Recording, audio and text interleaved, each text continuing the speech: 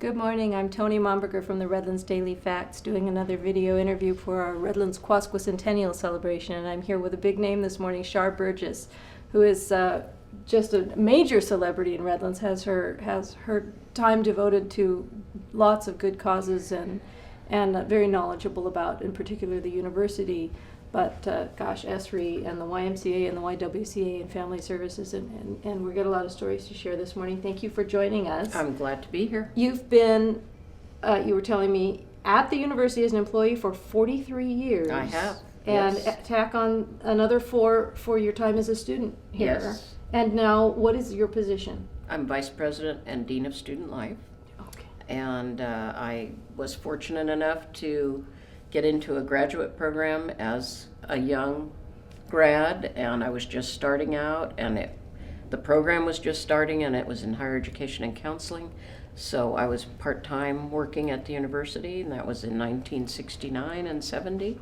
And then I was supposed to graduate, go elsewhere. And you met another student here?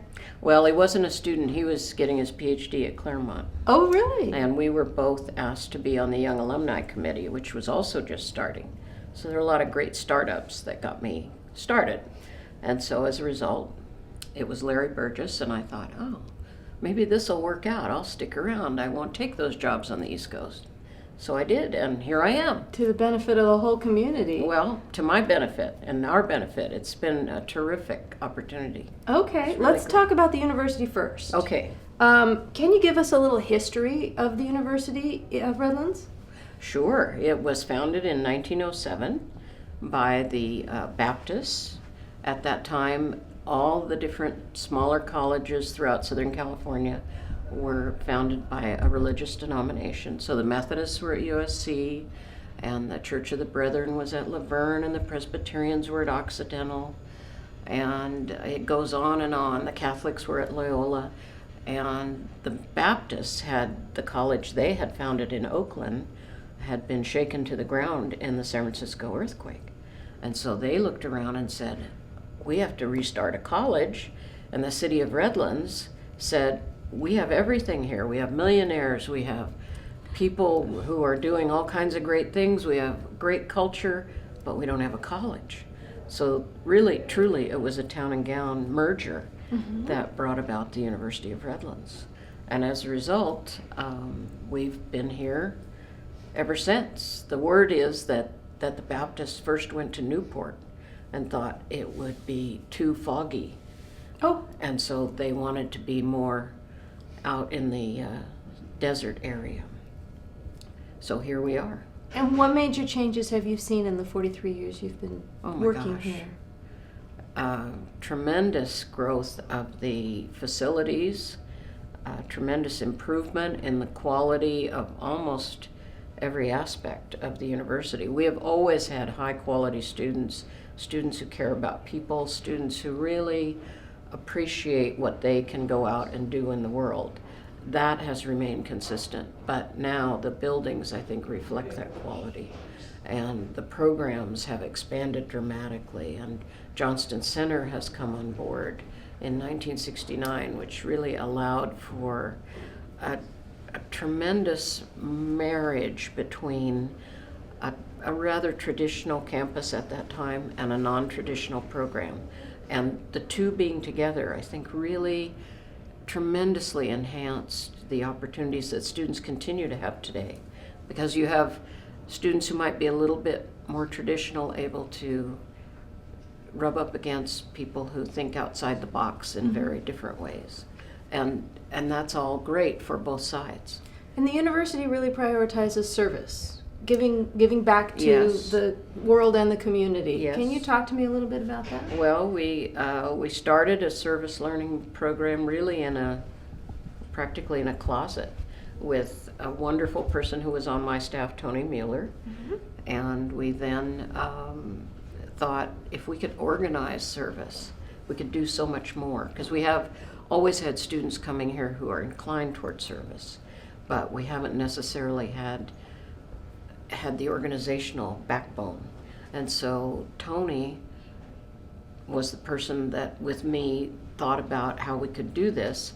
He then evolved the program into actually an academic position, so that now students are required to serve 80 hours. And our students serve about 105,000 hours a year. Only 20,000 of that is actually required. So you can tell that they really caught the bug, and they've just taken it in so many directions. They serve across the world, everywhere from India, battered women's shelters to schools. It's a phenomenal program, and the amount of learning and the amount of opportunity for students to think about. I've always thought maybe I'd like to work with children, so if I go volunteer in school, I'll kind of figure that out. And students I've heard talk about, they come back together in a reflection session after each period of service, and they will come back and say, I've always thought that I never wanted to do X, and I went and did this service, and now that's what I want to do for a career. They're inspired. So, yeah, it's great. All right. How has the university's relationship with the community changed since you've been here? Well, I think we're one of those rare colleges, and it is rare, that enjoys an enormously good relationship with the community. And I remember back to the early 70s where we used to have the Pajamarino. We had students running through the streets to greet the community, so to speak, and it got a little out of hand.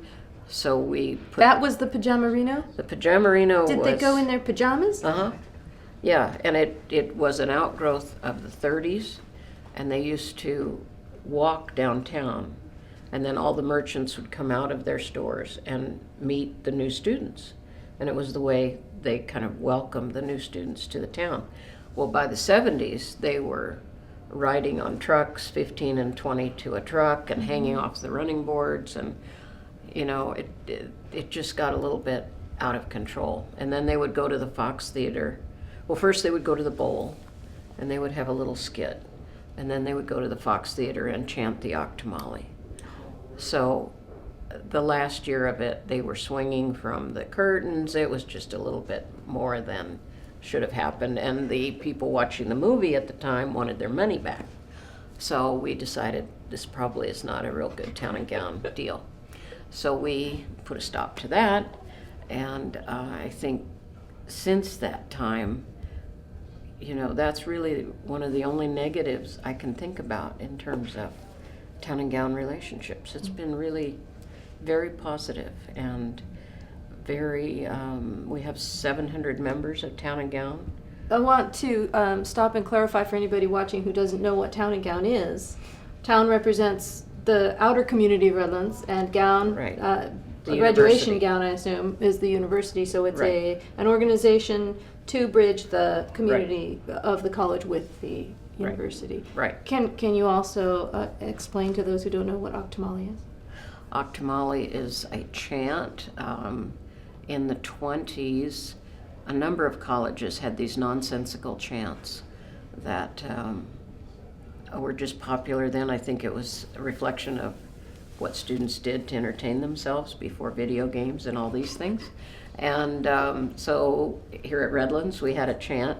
We're one of the few schools where it has continued.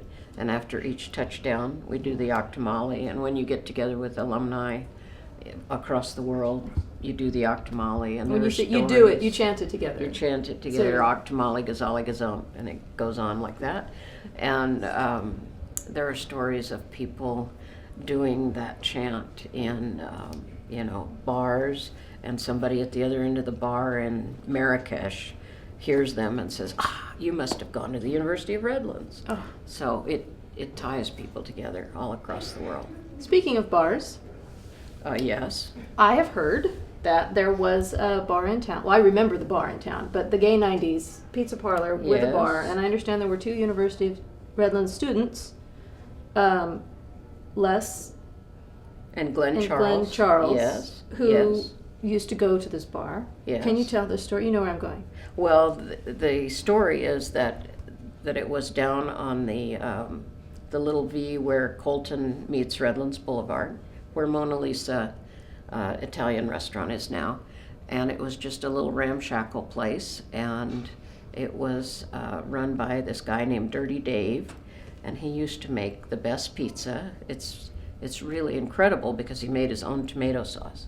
That was the secret to the whole deal. And tons of university students over the years went there, and among them Glenn and Les Charles, who later wrote Cheers. And Cheers is based on the experience they enjoyed at Gay 90s, as I understand it. And there are similarities, and the whole thing of everyone knows your name, which is reminiscent of what goes on at Redlands here at the university, but it's also kind of what was going on in that bar. Everybody knew your name, and everybody was friendly, and it was just a gathering place. When really in Redlands, there was one coffee shop at that time. That was it. What was it? Todd's Coffee Shop, which is now the International House of Pancake, or Oh, in the old Cask and Cleaver building. yeah. Oh. Before that, that was Todd's Coffee Shop, and that was the only place. When I was in college in the late 60s, there were very few restaurants, very few places, especially late at night, and that was one of the only ones. They also wrote Taxi, yes? Yes. Okay. Yeah. So I'm going to get back to Town and Gown.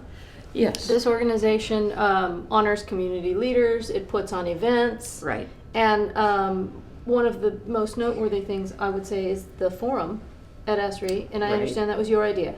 Well, it was really an outgrowth of Jack and Laura Dangerman building their new headquarters, incorporating in it an auditorium, and we happened to be at Lake Mohawk with the Dangermans, and he said, "We're building this new auditorium, what do you think I should do with it?"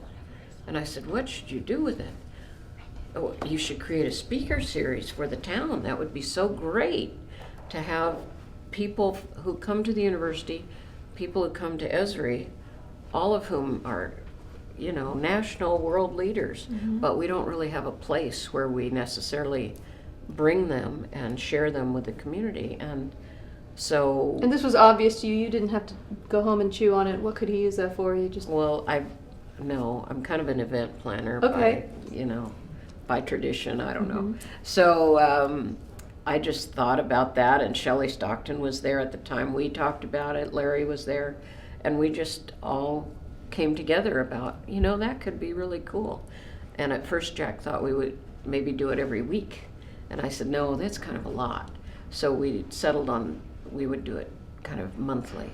So that's what we've tried to do, and I think it's really worked quite well. It really has. How many years has it been going? This is its third year, Okay. and we have all kinds of people who come through, both at Esri and here at the university, and then we're able to expose them to a larger audience. People who come no matter what, they just come, and that's what's exciting about it, because they know they're going to be fed intellectually, and Yes. it's going to be an exciting opportunity. I've been a few times. It's always been packed. It's always packed, yeah, and it seats about 400 people, so that's a pretty great statement about this community. Who are some of the notable speakers you've had? Oh, gee. We have had everybody from Tyler Nordgren, who is our physics professor here at the university, who was instrumental in putting the sundial on the Mars rover, Curiosity. And we have coming up Steve Lane, who is a very prominent person in children's literature, and he will be talking about the passion of reading.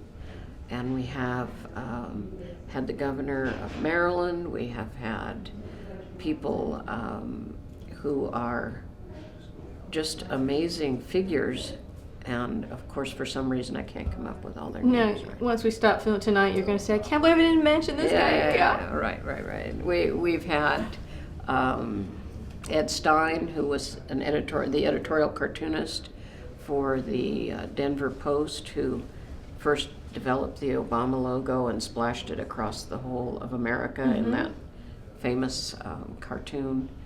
And so he happened to be the parent of a student here. So we've brought in parents, we've brought in professors, we've brought in a wide variety of really interesting people. Let's jump as a segue on children's literature, which you mentioned. The university this year will be host to the 17th Right. annual Charlotte Huck Festival. Right, Charlotte right. Huck was a relative of yours. She was my aunt, my mother's twin sister. And when she came to Redlands, she wanted to start a conference. She had been at Ohio State for 31 years, and she started a conference there that grew to accommodate 2,000 people. But she wanted a conference that was really small, where you could really talk to the authors and get to know them and not just hear them. And these are authors of children's literature. Right, right. And so we started the conference here. Then in 2005 she died, and we have a committee that is committed to keeping it going. And so this is the 17th year, and we have every year fabulous speakers coming through who are very well known in the field of children's literature. They're very well known to teachers. Unfortunately, California is not the ideal state because so much of the reading is required. So children don't have so much opportunity for free reading. But that was her passion, was how a child can really come alive and appreciate books if they're able to read whatever they want to read, whether it's a comic book, a book like you and I might think about, a newspaper, whatever. And then they get hooked on reading, and that's really... And this isn't a festival for children to come, per No. se. It's a festival for It's adults really, it's for all adults who appreciate reading and love children. So it's teachers, it's grandparents, it's parents, it's people like me without children, but just great appreciators of what reading can do for an individual later in their life. Well, I'll be bringing my copy of Chicka Chicka Boom Boom down to get it autographed this That's year good. by Yeah. Louise Ehlert. That's right, that's Look right. forward to She's that. going to be one of the speakers, right? Okay, let's talk about family services. Okay. What is your involvement with family services? I was on that board, probably the first board I was asked to serve on in about 1974. I was very young. And I thought this was really a great organization because it seeks to really retain the dignity of individuals who need help. And all of us from time to time need some help. And particularly now, you see that organization helping people who have never needed help before. And suddenly their home is foreclosed and they have nothing. And there may be a parent who is in the construction business and doesn't have a job, and they have 4 kids, and it's not like they're just wanting to be on the dole. The reality is they ended up there through circumstances not of their own. And so it helps people like that to get back on track, helps them figure out enough that they can get a job, maybe helps pay the rent for a place for them for a month, gets them food, clothes. There's a career closet. Maybe if it's Christmas, helps them get presents for their kids and even wraps them up. So it's like it's from the parent, you know, because it's obviously a time when they can't necessarily buy presents for their kids. And So this- it really is all designed to preserve the dignity of the individual. I want to clarify, it's not a homeless shelter. No, it's actually a case management organization. The main difference between family service and all these other great groups that help people is that you're part of a program. And so you evolve in that program to the point where we even have clients who have become donors back to the program after they get back on their feet, as opposed to constant handouts, which don't really help people become motivated to get back on their feet as quickly, and sometimes never. So it isn't just here's some food, here's some clothes, you know, come back in 2 days, get more, get more, get more. It's really about, let's make a plan that gets you from A to B to C all the way to the end. Well, that's wonderful. Yeah, it's great. I'm still on the board. I've been on and off that board for all these years, and I really think it's a tremendous organization. You're also on the board of the Y.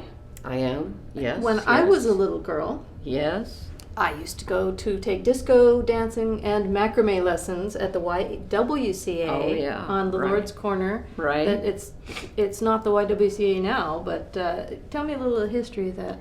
Well, the YWCA I was also very involved with early in my life, and it was like probably 1974, 75 when I got involved with that group. And that was a tremendous opportunity because they did some of what we're doing in a bigger way with the Esri Forum. We did a lot of intellectual programming. We did a lot of thought pieces, a lot of conversational kinds of programming, and then things like macrame and things for kids. And unfortunately, the National Y kind of moved in their development to the point where they just wanted to feature large city Ys. They just felt like they couldn't sustain small city Ys, and so they couldn't give us any support. And in fact, they wanted lots of money for national dues, which we didn't have. It was clear we were just going nowhere with that organization. We tried. So Bill Hatfield and I came up with the idea of, let's talk to the YMCA and do something that we haven't necessarily done that we were aware of in other towns, but let's see if we can't build an alliance. And so we did. And it wasn't that we went with our hat in hand. It was really, we've got all these great female volunteers. We've got a base of support. We've got program ideas. We're just getting sucked into nowhere by having a building and all the expenses that go with that. So we went to the YM. They embraced our idea. We became the Y Alliance for the first few years. We sold our building. We contributed that toward the current capital campaign that we just finished, that $12 million. Yes. So $1.5 million of that came from the sale of that building. And all kinds of great women there were always a few women on the YM board. Now there are many, and many of them have moved over from those YW days. So it's really been a terrific strengthening of a community entity, which I think is now all we have to do is fundraise for phase 4, which will renovate the second floor of the 1927 building. Let's talk about that. Let's back up. The YMCA just celebrated its 125th anniversary, as Right. many churches and obviously the city are doing. And they're doing a major renovation. The first phase, they got a new pool and 2 new pools. Amazing. They filled in the old pool that I used to swim in, Right. and made it into it's a circus practicing room now. Well, it's really a multi-purpose room with an emphasis on circus rehearsals, yes. Okay. And it has a new steel beam in it so that they can do all the kinds of things that they need to do for the circus. So, And there's only phase 1 out of 4. What are the plans for the other 3 phases? it's actually phase 1, 2, and 3 are complete now. Oh, they are. Yes, and phase 4 will be the second floor of the 1927 building. Mm-hmm. And that phase will accomplish providing more community rooms. 1927 building will be completely rehabilitated, and that will be the completion of the total renovation. Right now we're finishing in March. We should open with a whole new lobby, whole new area for people to check in. It will be secure. Right now, up until this time, we haven't necessarily had the amount of security we need for people checking their kids in and out and all of those kinds of things. So. Will the new lobby be, how can I describe the location? When I was a little girl, you went in off of Olive. Right. I guess it's Citrus right there. And then in the 80s, they put the new gym area on, and you entered kind of in the corner off of Myrtle. Right. Where will the new lobby be? The new lobby entrance will be the same place it's always been, but it will be a much higher ceiling, and it opens into a large, there'll be a multi-purpose room to your right, and then there'll be a large entry area where you can check in on the left if you're a regular member, and if you want membership information and questions and all that, you would go to the right. So there won't be all this mix-up of the main desk. Okay, but they'll continue to do Camp Edwards and the Y Oh, yeah. Circus. Oh, yeah. Yeah, they'll be doing even more. It's really an organization on the move. It's incredible. And these 2 new pools, our membership is already up something like 26%. Yeah. So people love the opportunity to have their kids learn to swim. Older adults doing water exercise. I mean, the place is all about all kinds of physical. If you want some kind of physical involvement, that's the place. And then the 2nd floor will provide for opportunities for more intellectual stimulation and cooking classes and all that sort of thing. Nice. Yeah, All right. it's going to be great. So it's been really fun to see it evolve, and I'm convinced that we've strengthened both the YW and the YM by now providing what ended up being pretty much a merger of the 2. Can I ask the obvious question? You have all of this that we've talked about so far is about you knowing how to strengthen this community and getting up and doing it.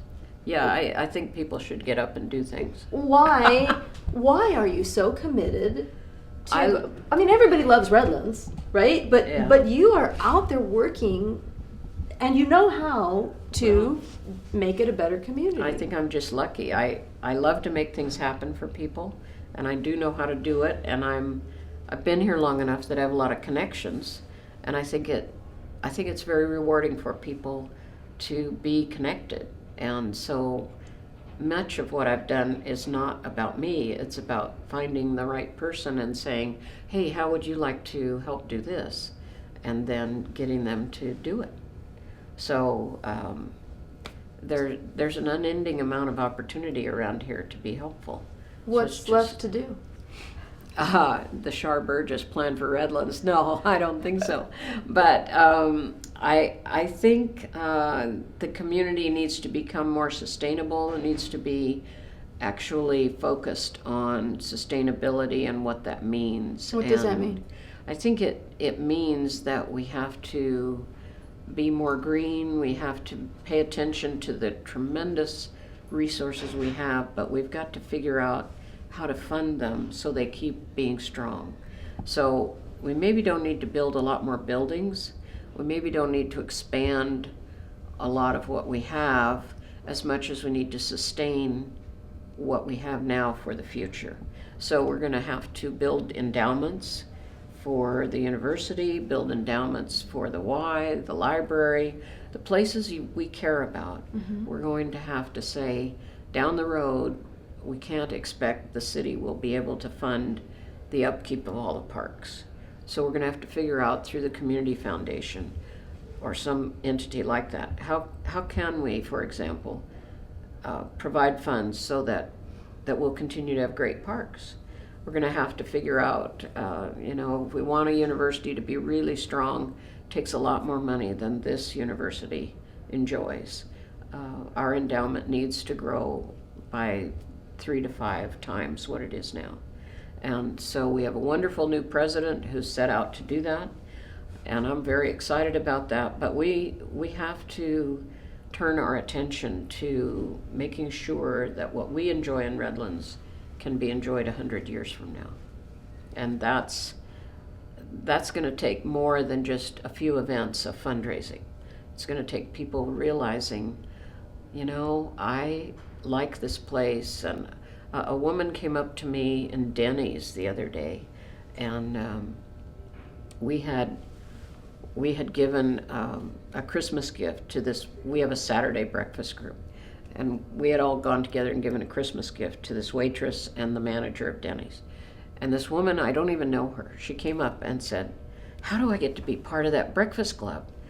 And she said, "You guys all got presents from the waitress." And so then we said, well, the whole trick is you have to appreciate them. And she said, well, I talked to them. And that's what's great about Redlands, that there are people here that operate that way. That just doesn't happen everywhere. And I don't know that she's really particularly right. I'm sure people are giving Christmas gifts in other places. But I thought it was interesting that she said, I've lived here 50 years, and that's what I love about this town, that people really care. Yeah. And so we have to turn that care into forward thinking so that we don't miss some opportunities in the future. You know, places like the Christian Counseling Center, places that are critical to Redlands, are going to have to be sustained through additional funding. So that's my plan for how I think we have to move ahead. So, and we have to keep having all these good ideas. Yeah. Yeah. You and your husband, Larry, have gone to New York to the Smiley resort called Mohonk. Mohonk, right? Right on a lake. Right. I'm going to show off I know a thing. Yeah. A Smiley family who came to Redlands and established the library, I understand, with a loan, and spread the word that we needed to be a community where education and literature and the arts and culture were available to everybody Right. at no cost. Right. Which I really think is one of the things, as you had talked about, that makes Redlands so great. So they have this resort in New York, and Yes. you travel there. Well, they came to Redlands. They wintered here. One of the Smiley sons lured them out and said, "You've got to see this place." And actually, when you go to Mohonk, you can see the landscape is somewhat similar to what we enjoy here. And so I can see how they were attracted to Redlands. And it was in the West, and in the 1850s, that was just really a tremendous kind of opportunity to go west. It was very pioneering. It was a big deal. And so they traveled here. They were very well connected on the East Coast. And the Hudson Valley is just this treasure trove of intellect and establishment at that time. And so many of those people thought, boy, if these Smiley brothers in their 60s are going out there and doing all this to help establish, really they established, in my view, the soul of Redlands. And if they're willing to do that in their 60s, we ought to go out there and see what's going on. So a lot of the people that you hear about came to Redlands because they knew the Smileys and they knew what they were doing and they wanted to be part of it. So that's one of the reasons we have such a rich treasure of historic houses, because those people brought with them money and talent and decided, let's build a winter home here. And you have a historic house. We have a historic house, and our house was owned by the man who sold the Smiley brothers their land in Smiley Heights, with which they made a 200-acre botanical park, which in the 60s they wanted to give to the City of Redlands. Talk about sustainability. And the city said, what will we do with that? And so it became Smiley Heights Housing Development, which, is nice, but it's certainly not a 200-acre botanical park. And so, and people came to that park from all over the world to see it because it was so unusual. And they used to come out here on the train and ride the trolley up there. What made it unusual? Well, I think the fact that it was already a well-developed park at that time, and had all these incredible specimens of trees, some of which are still up there, and cacti, and all kinds of great things. So at any rate, they continue to run this resort. We kind of have reversed it now and take people from Redlands east. You organize trips. We do about every 3 or 4 years. We just kind of wait until we have enough people on our list, and then we say, okay, we're ready to do this. It's not very formal. And this last time we took 43 people, and they roll out the red carpet for them because Larry is their historian, and so they love Larry, and whatever he does, they just love to get involved. So you a lot of their historian. The Smiley family at Mohonk. So he's written the book about the history of Lake Mohonk. Oh. And so he's very, very involved. For years, if they had somebody visiting, they would call us and say, now who is this person? And then Larry would explain the relationship of who that person was. Because when you get to the 5th generation, you don't necessarily know how the lineage goes. What do you do there?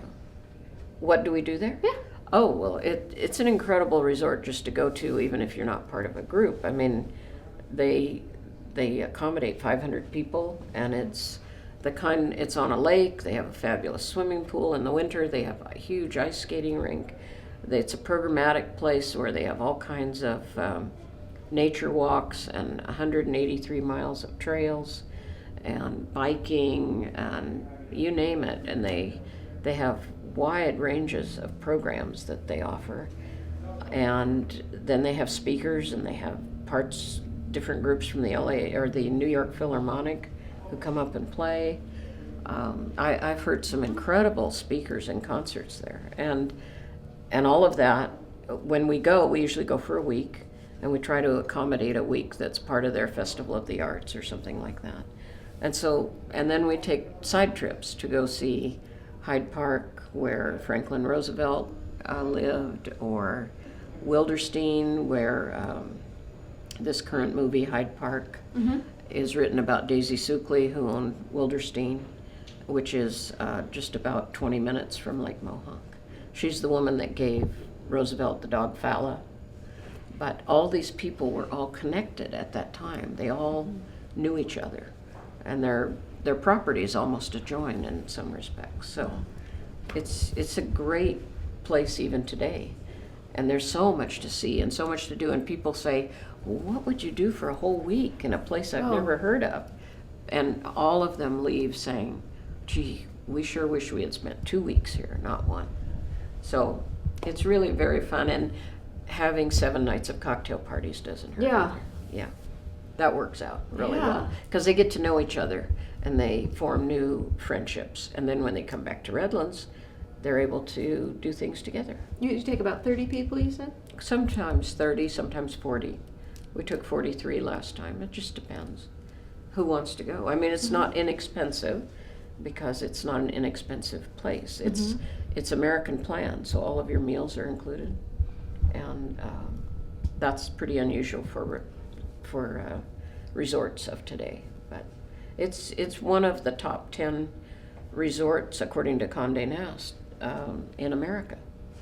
Just last year, just got that. They get awards constantly. They have a huge spa that they added. Do they have pictures of Redlands up? Oh, they have pictures of Redlands, a whole floor. Pictures of early Redlands, yeah. And the Smileys used to have a little table with Redlands brochures. And that's how so many people found out about Redlands. They would take that little brochure. It was real boosterism, you know. Very exciting to get people to think about a place in the West that was so different. So what is it that I don't know about you yet that I didn't know to ask? Gosh, I think you've pretty well covered it. Covered it all? I live in a historic home built in 1890 that I truly love, in the middle of a 5-acre orange grove. Yeah. And that's very special, and it's wonderful for me to be able to share that with students, because so many homes in Southern California are new. So the students love coming to an older house.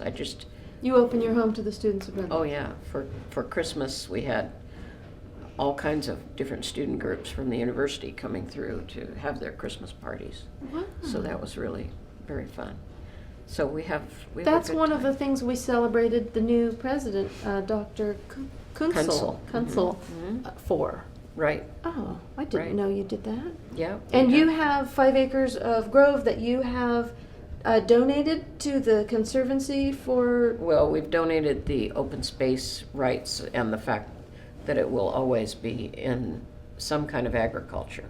We haven't said specifically citrus, because you don't know 100 years from now if there will still be citrus, but some kind of agriculture will always be there. It can't be developed. We bought it at the time that a lot of realtors wanted to turn it into 17 houses. And so that's how we ended up in that house, because Helen Fisk, who inherited the home from her parents who built it, said to us, I want you to come talk to me about buying my house. And we said, no way, we can't afford that. She said, no, just come, have lunch, talk to me. So we did. And because she knew you would preserve it. She did, and she cared more about preserving it than getting top dollar, frankly, and so we were extraordinarily fortunate. We feel sometimes more like stewards than owners, but it's a great house, and we hope to be able to share it long term. It's really great.